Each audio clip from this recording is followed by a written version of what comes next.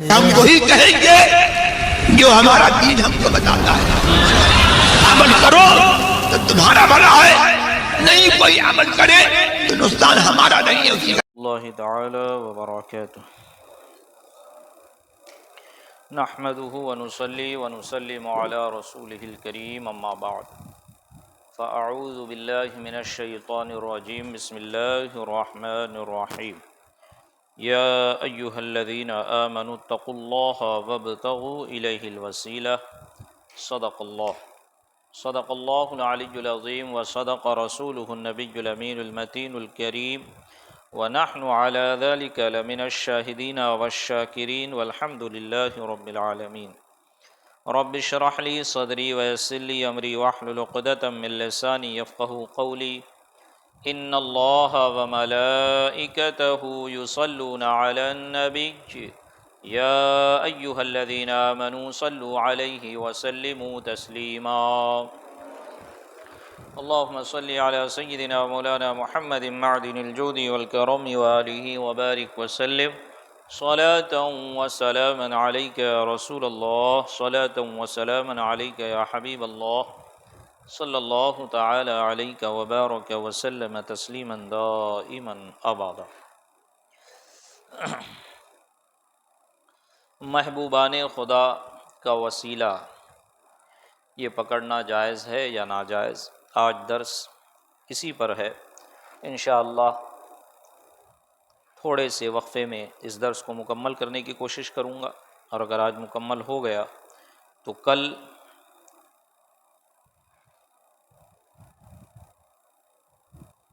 غیر اللہ کو ندا دینا اور مدد کے لیے پکارنا یہ جائز ہے یا ناجائز، اس کے حوالے سے انشاءاللہ درس ہوگا. آئے بلا تمہید و تمثیل سماعت فرمائے. کیا اللہ تعالیٰ کی بارگاہ میں انبیاء علیہم السلام اور اولیاء کرام علیہم الرحمہ کا وسیلہ پیش کرنا قرآن و حدیث سے ثابت ہے؟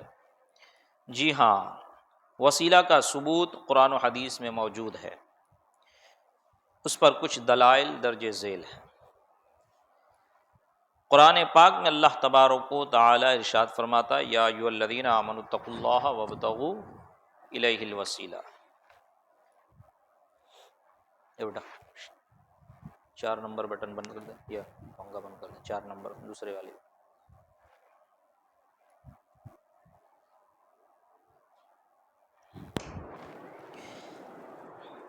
دیکھیں یہاں پر اللہ تبارک و تعالیٰ قرآن مجید میں کیا ارشاد فرما رہا ہے. وسیلہ پکڑنا کس کی طرف؟ اللہ تبارک و تعالی سے قرب حاصل کرنے کے لیے وسیلہ پکڑنا ہے نا. تو وسیلہ اللہ کا نہیں پکڑا جا سکتا، یہ آپ بات ذہن میں رکھیں، کیونکہ وسیلہ اس کو کہتے ہیں جو ذریعہ بنے، جس کے ذریعے سے، جس کے تھرو، جس کی معرفت سے بندہ جس کے توسط سے کہیں پہنچے. سمجھ میں آئی بات؟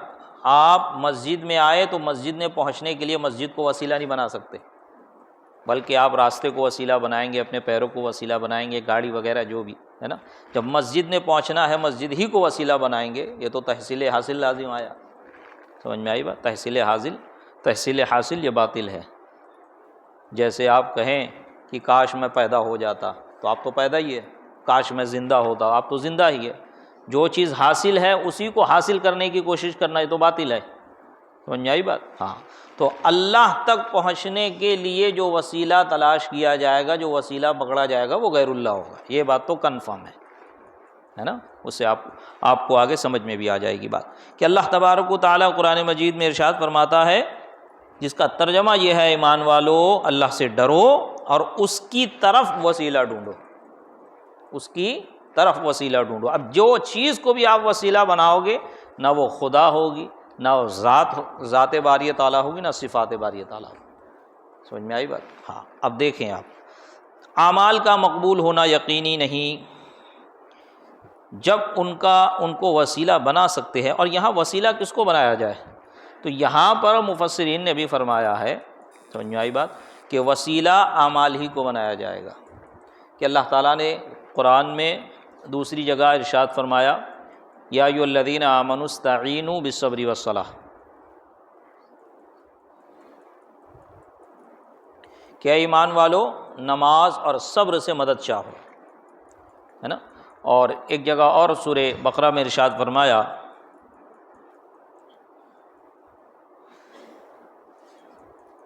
وَاسْتَعِینُوا بِالصَّبْرِ وَالصَّلَاةِ وَإِنَّهَا لَكَبِیرَةٌ إِلَّا عَلَى الْخَاشِعِينَ، صبر اور نماز سے مدد چاہو، وَإِنَّهَا لَكَبِیرَةٌ، یہ بہت بڑی چیز ہے مگر خاشعین کے لیے یہ آسان ہے، خشیت رکھنے والوں کے لیے، متقی پرہیزگار لوگوں کے لیے، جس کے دل میں اللہ کا خوف ہو، اللہ کا ڈر ہو، اس کے لیے یہ آسان ہے کہ وہ نماز اور صبر کے ذریعے کیا کرتے ہیں، مدد چاہتے ہیں۔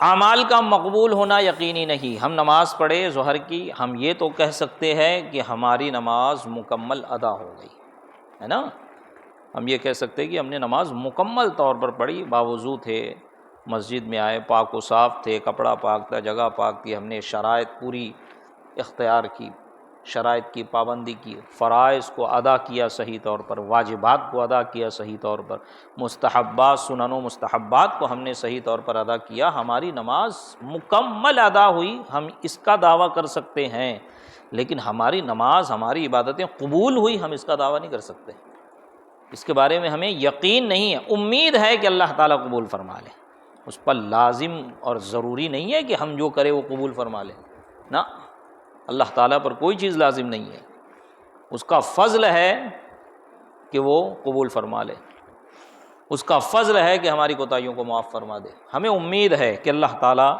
ہمارے اعمال کو قبول فرما لے گا۔ اعمال کا مقبول ہونا یقینی نہیں جب ان کو وسیلہ بنا سکتے، اور انہی کو وسیلہ بنانے کے بارے میں اللہ نے کہا نا، یہاں وسیلہ سے مراد یہی، اور وَاسْتَعِینُوا بِالصَّبْرِ وَالصَّلَاةِ، نہ نماز اللہ ہے نہ صبر اللہ ہے، دونوں مخلوق ہے، دونوں غیر اللہ ہے، اور دونوں غیر اللہ کو وسیلہ بنانے کا حکم اللہ تعالیٰ خود قرآن میں دے رہا ہے۔ جب ان کو وسیلہ بنا سکتے ہیں تو وہ ہستیاں جو اللہ عز و جل کی بارگاہ میں یقیناً مقبول ہیں، ان کا وسیلہ بدرجہ اولا جائز۔ تفسیر روح البیان میں اس آیت کی تفسیر میں ہے، جس کا ترجمہ یہ ہے، جان لو کہ اس آیت میں وسیلہ ڈھونڈنے کی صراحت ہے، بغیر اس کے چارہ نہیں، یعنی وسیلہ کے بغیر چارہ نہیں، اور اللہ عز و جل تک پہنچنا بغیر وسیلہ کے حاصل نہیں ہوتا، اور وسیلہ علماء حقیقت اور مشائخ طریقت ہیں۔ یہ تفسیر روح البیان کی تفسیر اسی آیت کے تحت جو تھی وہ میں نے آپ کے سامنے پڑھی۔ اب یہ دیکھیں، بعثت سے پہلے نبی پاک صلی اللہ علیہ وسلم کا وسیلہ یہ یہود پکڑا کرتے تھے، اللہ تعالیٰ کی بارگاہ میں آپ کا وسیلہ پیش کیا کرتے تھے۔ حضور صلی اللہ علیہ وسلم کی بعثت سے قبل یہودی ان کے توسل سے دعا کرتے تھے، قرآن پاک میں ہے وَلَمَّا جَاءَهُمْ كِتَابٌ مِّنْ عِندِ اللَّهِ مُصَدِّقٌ لِّمَا مَعَهُمْ وَكَانُوا مِن قَبْلُ يَسْتَفْتِحُونَ عَلَى الَّذِينَ كَفَرُوا، اور جب ان کے پاس اللہ کی وہ کتاب آئی یعنی قرآن، جو ان کے ساتھ والی کتاب یعنی توریت کی تصدیق فرماتی ہے، اور اس سے پہلے وہ اسی نبی کے وسیلے سے کافروں پر فتح مانگتے تھے۔ امام ابن جریر طبری رحمۃ اللہ تعالیٰ علیہ، جن کی وفات 310 ہجری، آج سے 1000 سال 1100 سال پہلے ہوئی، حضرت ابن عباس کے حوالے سے ان سے روایت کرتے ہیں، فرماتے ہیں یہودی رسول اللہ صلی اللہ علیہ وسلم کی بعثت سے پہلے آپ صلی اللہ علیہ وسلم کے وسیلے سے اوس اور خزرج قبیلوں پر فتح حاصل کرنے کے لیے دعائیں کرتے تھے۔ جب حضور صلی اللہ علیہ وسلم عرب میں مبعوث ہوئے تو انہوں نے آپ کے ساتھ کفر کیا، یعنی آپ کا انکار کیا، آپ کی نبوت کا انکار کیا، اور وہ جو کہتے تھے اس کا انکار کر دیا۔ حضرت معاذ بن جبل اور بنی سلمہ کے بھائی بشر بن برا بن معرور نے کہا، اے یہودیو، اللہ سے ڈرو اور اسلام قبول کر لو، تم محمد مصطفیٰ صلی اللہ علیہ وسلم کے وسیلہ سے ہم پر فتح مانگتے رہے ہو، اور اس وقت ہم مشرک تھے، اور تم ہمیں بتاتے تھے کہ وہ مبعوث ہونے والے ہیں، اور ہمیں ان کی صفات بیان کرتے تھے، ہمیں ان کی صفات بیان کرتے تھے، اور یہی قرآن شریف میں اللہ تعالیٰ نے ارشاد فرمایا کہ وہ آپ کی اس نبی کی صفت کو ایسے جانتے تھے، اس نبی کو ایسے جانتے تھے جیسے اپنے بچوں کو جانتے تھے، کہ ایک انسان، ایک آدمی اپنے سارے لوگوں کو تو بھول سکتا ہے لیکن اپنے بچوں کو نہیں بھول سکتا۔ کروڑوں کے بیچ میں بھی اگر چاہے تو وہ اپنے بچے کو پکڑ کے گھر لا سکتا ہے نا، چاہے وہ گم ہو جائے، کچھ بھی ہو جائے۔ بچے کو، اپنی اولاد کو بندہ جس طرح جانتا پہچانتا ہے، اسی طرح یہود و نصارہ نبی پاک صلی اللہ علیہ وسلم کی صفات کو جانتے تھے، اور جب مبعوث ہوئے تو پہچان گئے کہ یہی ہے، لیکن انکار کر دیا۔ سمجھ میں آئی بات؟ ہاں، اور لوگوں کو بتایا بھی کرتے تھے، لوگوں کو بتایا بھی کرتے تھے کہ وہ نبی مبعوث ہوں گے، ان کی یہ صفات ہوگی۔ اور جب جنگ ہوا کرتی کفار و مشرکین سے تو اللہ تعالیٰ سے دعا مانگتے نبی پاک کے وسیلے سے کہ ابراہیم کی اولاد میں جو تو آخری نبی کو مبعوث فرمائے گا مولا کریم، اس کا وسیلہ تیری بارگاہ میں لے کے تیری بارگاہ میں پیش کرتے، ہمیں فتح عطا فرما۔ نبی کریم صلی اللہ علیہ وسلم کی بارگاہ میں آ جاؤ۔ اللہ تعالیٰ فرماتا ہے وَلَوْ أَنَّهُمْ إِذْ ظَلَمُوا أَنفُسَهُمْ جَاءُوكَ فَاسْتَغْفَرُوا اللَّهَ وَاسْتَغْفَرَ لَهُمُ الرَّسُولُ لَوَجَدُوا اللَّهَ تَوَّابًا رَحِيمًا۔ اگر وہ اپنی جانوں پر ظلم کر بیٹھیں تو اے محبوب آپ کی بارگاہ میں آ جائیں اور اللہ تعالیٰ سے معافی چاہیں، اور رسول بھی ان کے لیے استغفار کریں، رسول بھی ان کے لیے استغفار کریں۔ یہی تو وسیلہ ہے نا۔ وسیلہ کس کا نام ہے؟ کہ اللہ سے ڈائریکٹ کیوں نہیں مانگتے ہو، اللہ سے ڈائریکٹ کیوں نہیں مانگتے ہو؟ استغفار کا مطلب ہوتا ہے مغفرت چاہنا، مغفرت طلب کرنا، مغفرت مانگنا۔ اور اللہ تعالیٰ یہاں پر ارشاد کیا فرما رہے ہیں؟ محبوب جب یہ گناہ کر لیں تو تیری بارگاہ میں آئے، تیری بارگاہ میں آنے کے بعد وہ اللہ سے توبہ کرے اور تو بھی ان کی مغفرت چاہے۔ تو یہ وسیلہ نہیں ہے تو اور کیا ہے؟ اور یہ وسیلہ اللہ تعالیٰ سکھا رہا ہے۔ یہاں زندے و مردے کی کوئی قید نہیں ہے قرآن میں، اور نہ یہ آیت معاذ اللہ منسوخ ہے کہ جب تک نبی پاک صلی اللہ علیہ وسلم باحیات تھے تب تک یہ حکم تھا، اس کے بعد ختم، کہیں نہیں لکھا، کسی کا یہ عقیدہ نہیں ہے۔ 1400 سال سے اہل سنت والجماعت اور مسلمان امت مسلمہ کا اسی پر اجماع ہے کہ توسل جائز ہے، اور یہ وسیلے کے لیے بہت بڑی دلیل یہ آیت کریمہ کہ نبی پاک صلی اللہ علیہ وسلم کی اے محبوب یہ تمہاری بارگاہ میں آئے اور اللہ سے توبہ کرے، اللہ سے مغفرت طلب کرے، اور رسول بھی ان کے لیے مغفرت طلب کرے، پھر کیا ہوگا؟ لَوَجَدُوا اللَّهَ تَوَّابًا رَحِيمًا۔ تو وہ رسول ان کے لیے استغفار کرے تو اللہ کو بخشنے والا اور مہربان پائیں گے۔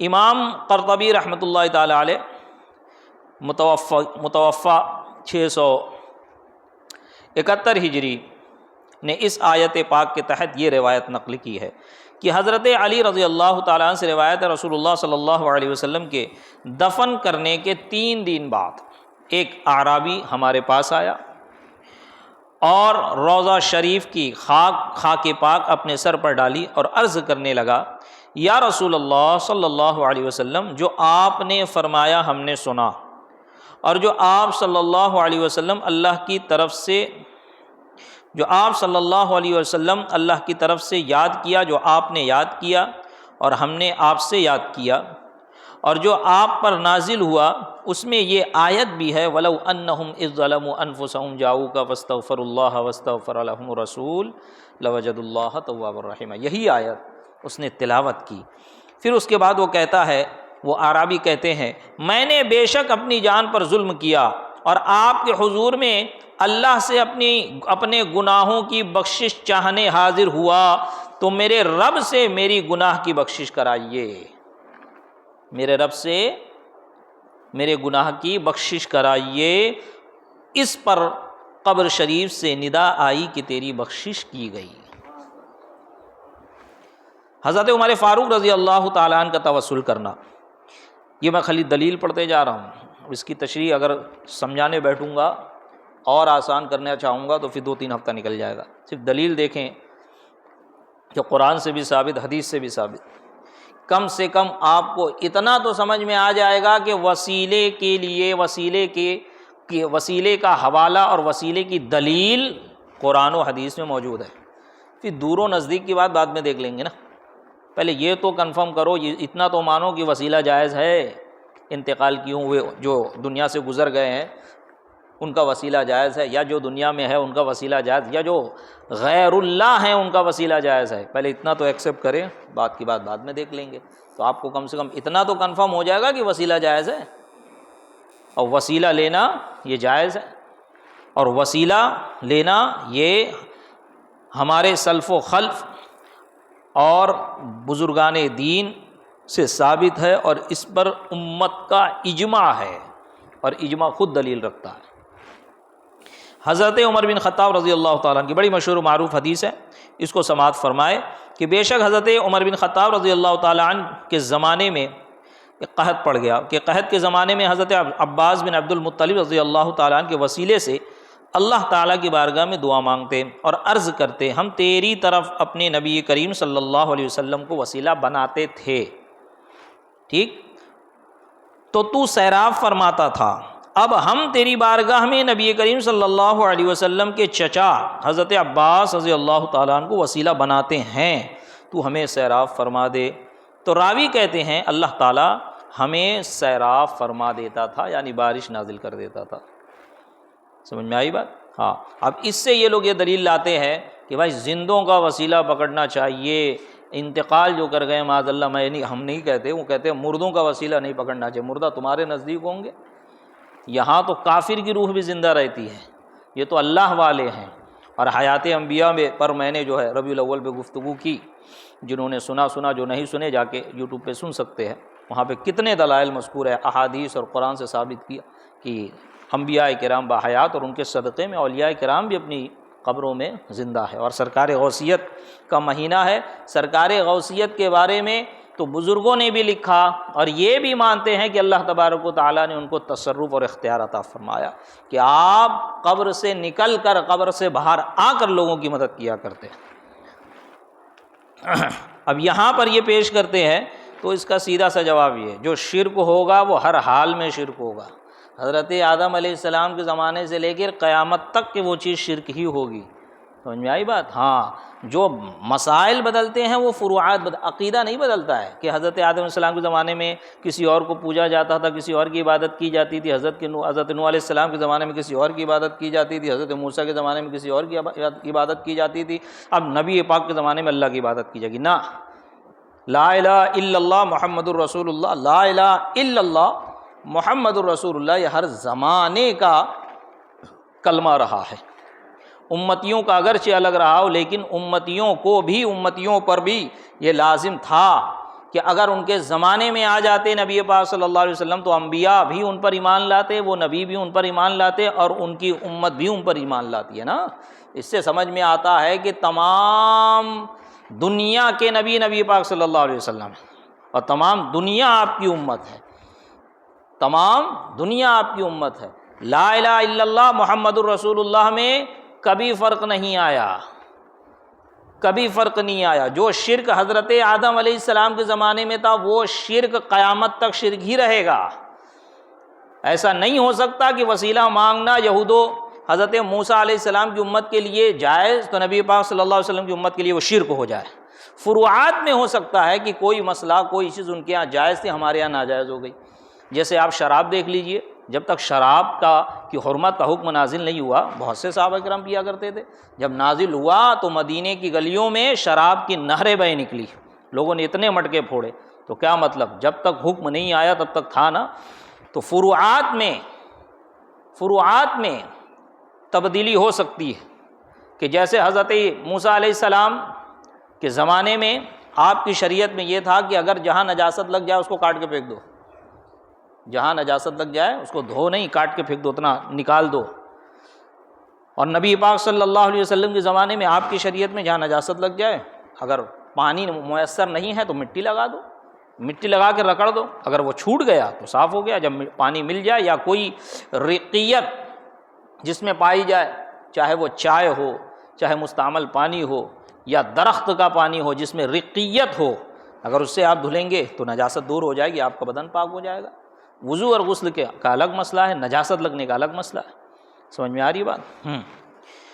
تو فروعات میں تبدیلی ہو سکتی ہے کہ ان کی شریعت میں کچھ ہو، ان کی شریعت بعد میں نبی پاک صلی اللہ علیہ وسلم کی شریعت میں حکم بدل گیا۔ جیسے سجدہ تعظیمی کا بھی کہا جاتا ہے کہ حضرت آدم اور حضرت یوسف کی شریعت میں سجدہ تعظیمی جائز ہو؟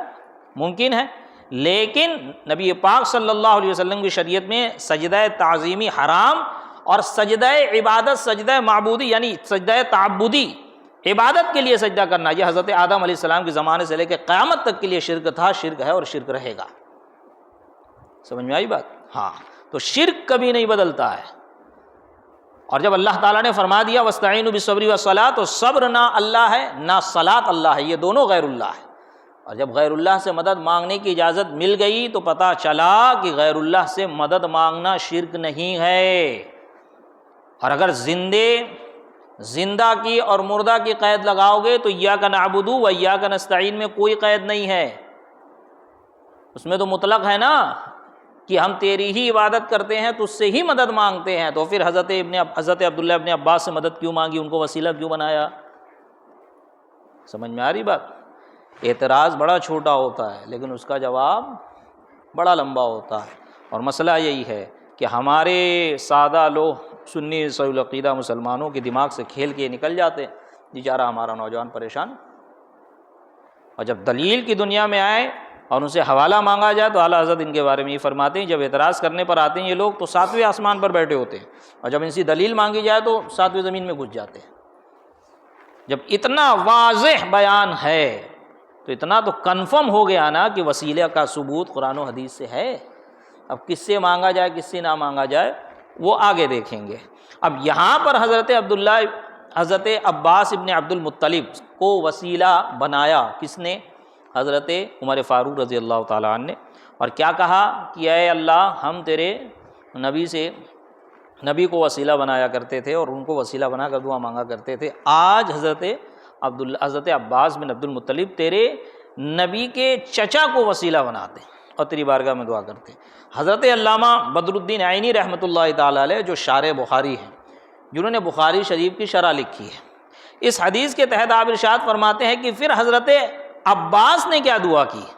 حضرت عباس بن عبد المطلب رضی اللہ تعالیٰ عنہ نے دعا کی کہ مولا کریم تو مجھے جانتا ہے، یہ لوگ میرا وسیلہ، اب یہ دیکھیں نا حضرت عمر فاروق نے حضرت عباس ہی کو وسیلہ کیوں بنایا؟ کسی اور دوسرے بزرگ صحابی کو وسیلہ کیوں نہیں بنا دیا جن کی داڑھی سفید ہو گئی ہو؟ ہے نا بات سمجھ میں آ رہی ہے کہ حضرت عباس ہی کو وسیلہ کیوں بنایا؟ اس لیے کہ وہ نبی کے چچا ہے، وہ نبی کے چچا ہے، اور نسبت سے شے ممتاز ہوتی ہے، نبی کے چچا ہیں اس لیے ان کو وسیلہ بنایا۔ اور حضرت عباس نے دعا کیا مانگی؟ مولا کریم یہ مجھے وسیلہ اس لیے بنا رہے ہیں کیونکہ میں تیرے نبی کا چچا ہوں، اپنے نبی کے صدقے میں بارش نازل فرما۔ یہ علامہ بدر الدین عینی علیہ رحمۃ الرضوان نے اس کے آگے لکھا۔ حضور صلی اللہ علیہ وسلم کا خود وسیلہ سکھانا، اب دیکھیں نبی پاک خود وسیلہ سکھا رہے ہیں، خود وسیلہ سکھا رہے ہیں۔ جو شرک ہوگا یہ بات پوائنٹ ذہن میں رکھیں، یہ اصول ہمیشہ ذہن میں رکھیں۔ ایک تو اولاً یہ یاد رکھیں کہ شرک کی تعریف کیا ہے، نہیں یاد ہے تو جو شرک کہتا ہے اس کو بولو کہ شرک کی تعریف سنا، شرک کی تعریف نہیں سناتا ہے اس کی کوئی بات مت سنو۔ اولاً تو ان کے پاس پھٹکنے کی ضرورت نہیں ہے، یہ لازم و ضروری ہے عوام اور ایسے عالم کے لیے جو ان کا جواب نہیں دے سکتے کہ وہ ان سے دوری اختیار کرے۔ نبی پاک صلی اللہ علیہ وسلم نے جہاں پر فتنوں کا بیان کیا، آخری زمانے میں قرب قیامت فتنہ برپا ہوں گے، تو فرمایا اپنے امام کو پکڑے رہو، یعنی اپنے خلیفہ کو، اپنے امیر کو۔ صحابہ نے عرض کی یا رسول اللہ اگر امام نہ ہو امیر نہ ہو تو بولے وہ فرقہ جو ہے جو بد مذہب ہے ضال مضل ہے اس سے دور رہو، خود کو گھر میں بند کر لو۔ سمجھ میں آ رہی بات؟ اس مفہوم کی کئی احادیث ہیں۔ تو لہٰذا جن کے عالم کے لیے یہ حکم ہے کہ جو ان کی غلطی نہ پکڑ پائے وہ ان کی کتاب نہ پڑھے۔ ہو سکتا ہے کہ کچھ گمراہیت کی اور کفر کی بات لکھی ہو اور وہ اس کو اسلام اور ایمان سمجھ جائے۔ عالم کو، ایسے عالم کو پڑھنے کی اجازت نہیں، تو عوام کو کیسے اجازت ہوگی کہ ان کی بیانات سنیں، ان کے ساتھ اٹھے بیٹھے؟ کب کیا چیز سرایت کر جائے، اور ایک بار جب ایمان خراب ہو گیا الا ماشاء اللہ جس پہ اللہ کا فضل ہو جائے وہی واپس آتا ہے، ورنہ کوئی واپس نہیں آتا ہے۔ ہاں تو اب دیکھیں یہاں پر نبی پاک صلی اللہ علیہ وسلم وسیلہ سکھا رہے ہیں، تو میں نے کیا کہا؟ شرک کی تعریف۔ شرک کہتے ہیں کہ اللہ تعالیٰ کی ذات و صفات میں کسی کو شریک ٹھہرانا، ٹھیک؟ اور شرک ہر زمانے میں شرک ہے، حضرت آدم سے لے کر قیامت تک کے جو چیز شرک ہے وہ شرک ہے، اس میں تبدیلی نہیں آئی۔ ہاں یہ بات دیکھیں، اور ایسا نہیں ہے کہ نبی پاک صلی اللہ علیہ وسلم کے زمانے میں ایک چیز شرک نہیں تھی، آپ کے وصال کے بعد وہ شرک ہو گئی، ایسا بھی نہیں ہے۔ سمجھ میں آئی بات؟ جو شرک ہے وہ شرک ہی رہے گی۔ ترجمہ اس حدیث کا سنیں، بڑی مشہور و معروف حدیث ہے۔ حضرت عثمان بن حنیف رضی اللہ تعالیٰ عنہ سے روایت ہے کہ ایک نابینا آدمی نبی پاک صلی اللہ علیہ وسلم کی بارگاہ میں حاضر ہوا اور عرض کی میرے لیے اللہ تعالیٰ سے دعا کریں، میرے لیے اللہ تعالیٰ سے دعا کرے۔ یہ حدیث کو حضرت امام بخاری علیہ رحمت الرضوان نے اپنی ایک دوسری کتاب میں آداب المفرد غالباً اس کا نام ہے،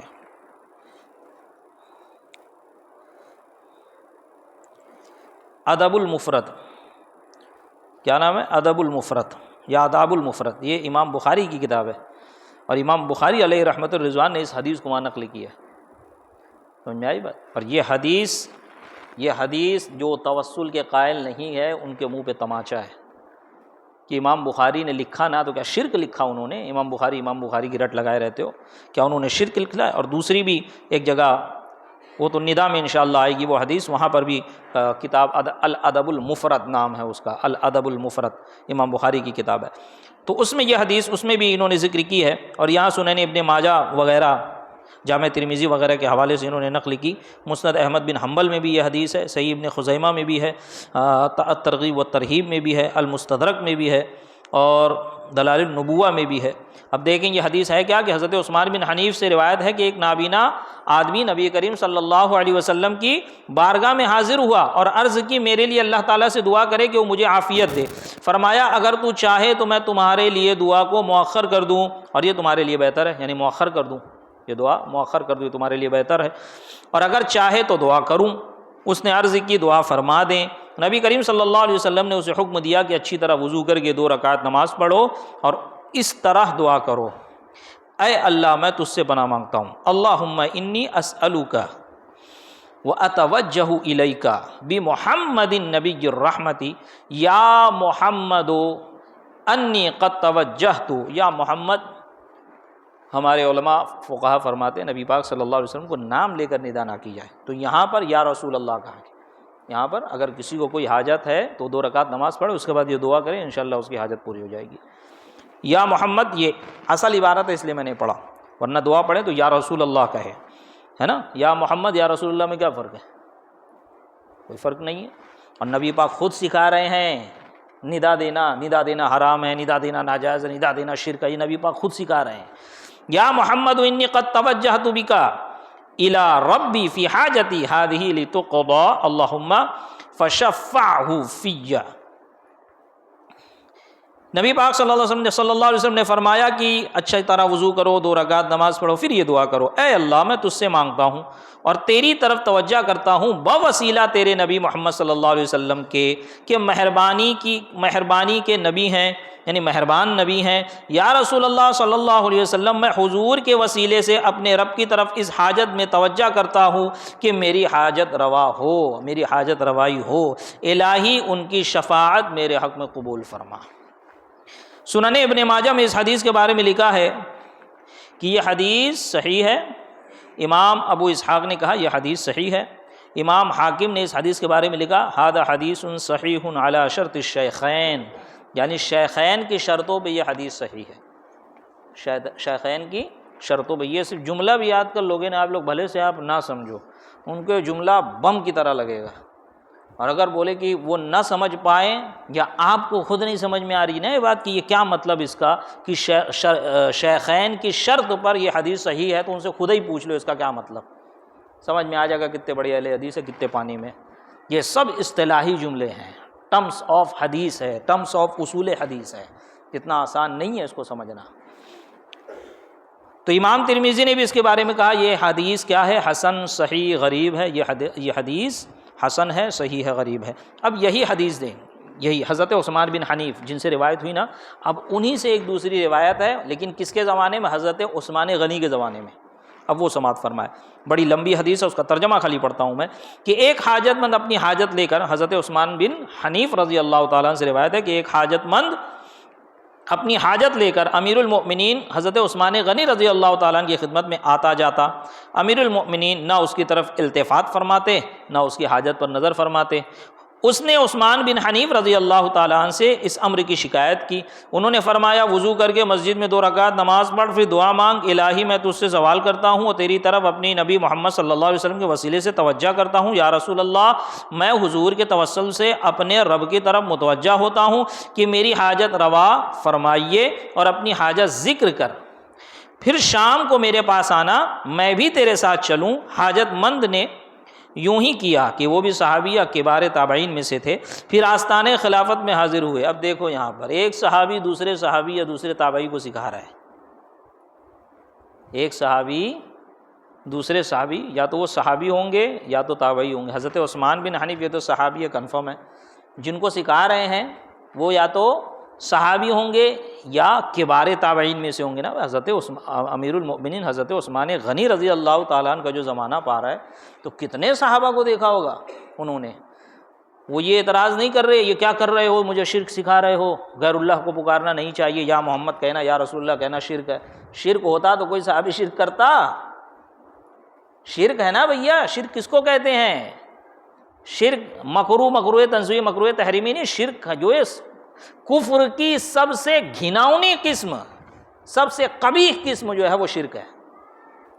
کوئی صحابی کفر اور شرک پہ راضی ہوگا؟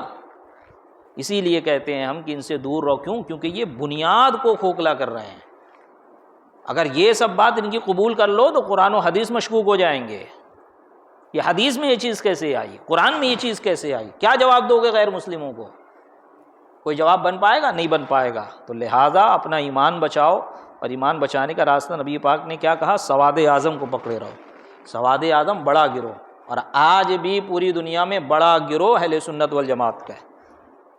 آج بھی عقیدے کے لحاظ سے جسے بر صغیر میں مسلک اعلیٰ حضرت کے ماننے والے کہا جاتا ہے، اور گلف کنٹری میں صوفی کہا جاتا ہے، ترک ہے، یمن ہے، شام ہے، سب جگہ آپ کو عرب کنٹری میں، مدینہ میں آپ کو سنی صحیح العقیدہ مسلمان مل جائیں گے، مدینہ میں، مین سٹی میں۔ بس آپ کی نظر اگر پہچان لو تو پہچان لو۔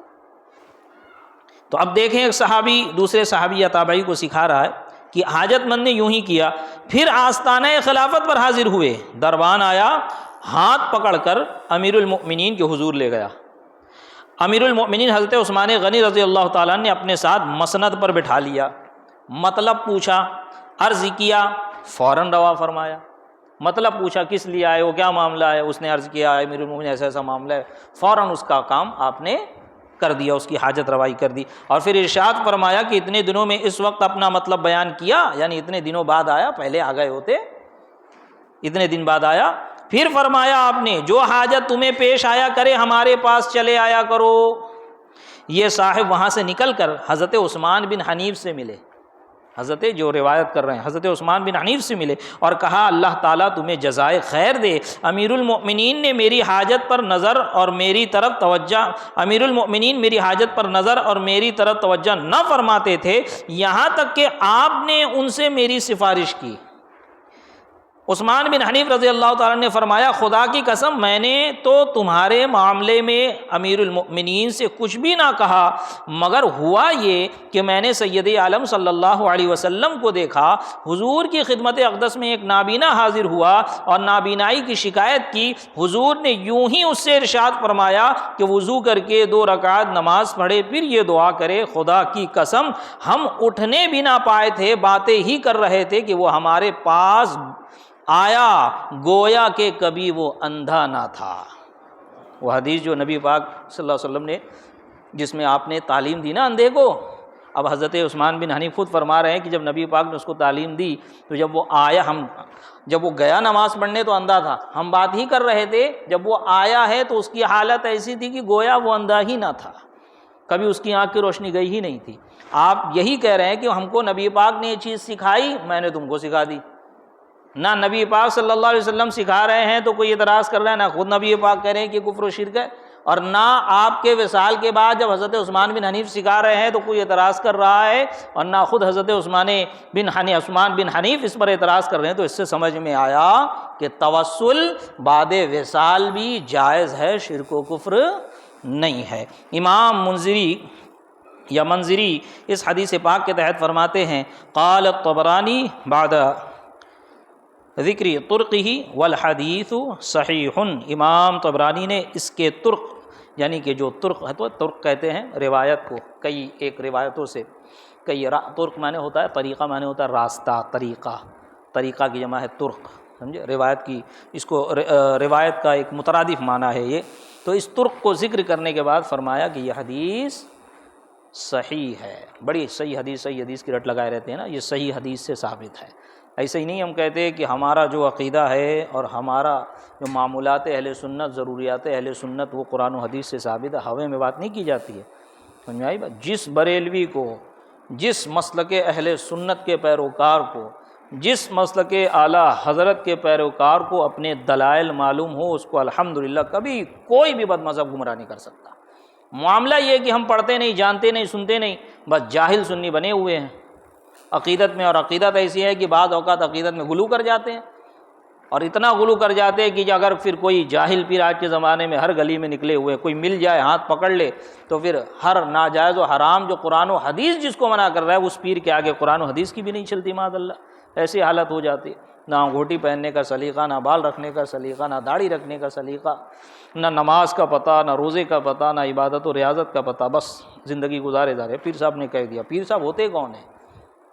غوث اعظم جو پیرانے پیر ہے، جو روشن ضمیر ہے، ان کا عالم یہ ہے کہ وہ کئی سال مجاہدہ انہوں نے کیا، کئی سال مجاہدہ انہوں نے کیا، اور مجاہدہ کرنے کے بعد، مجاہدہ کسے کہتے ہیں؟ آپ پتے کھایا کرتے تھے،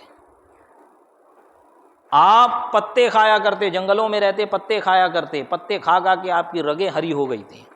جب آپ نے مجاہدہ کر لیا تو آپ کیا دیکھتے ہیں؟ بڑا مشہور واقعہ ہے، آپ نے بھی سنا ہوگا، ہم بچپن سے سنتے آ رہے ہیں کہ بادل آیا، نورانی بادل چمک رہا تھا، اس نے کہا عبد القادر میں تیرا رب ہوں اور تو نے میری اتنی عبادت کی، اتنی عبادت کی، اتنی عبادت کی ہے، جا میں نے تجھے معاف کیا، اب تجھے عبادت کرنے کی کوئی ضرورت نہیں۔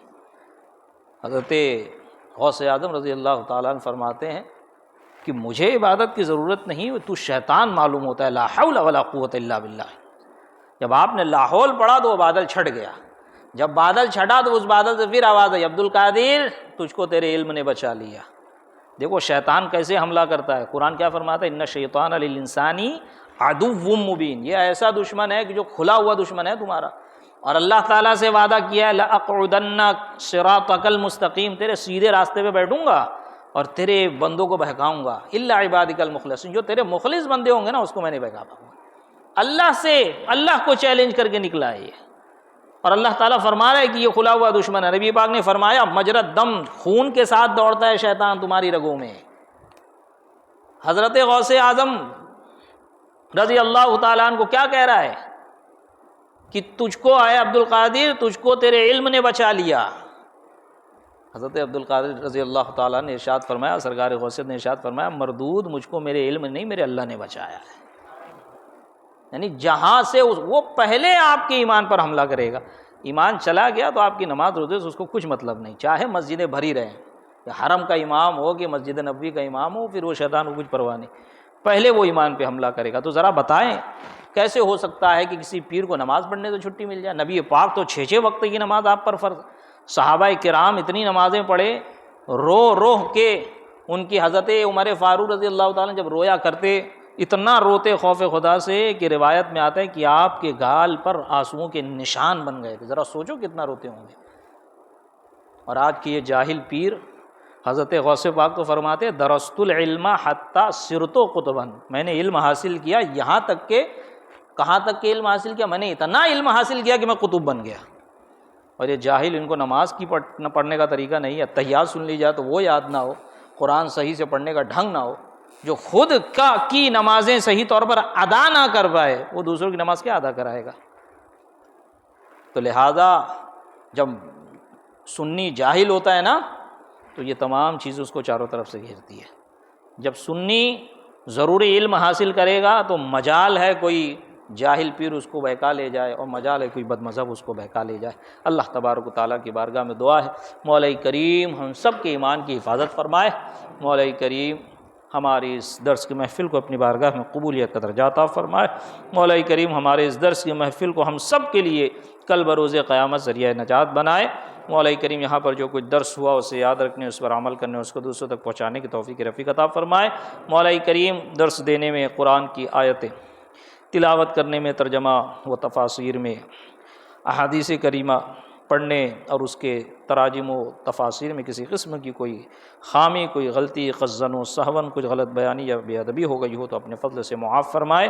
استغفر اللہ استغفر اللہ استغفر اللہ استغفر اللہ ربی من کل ذنب واتوب الیہ، وصلی اللہ تعالی علی خیر خلق و نور عرشی سیدنا محمد وعلی آلہ وصحبہ اہل بیت و احباب اجمعین برحمتک یا ارحم الراحمین۔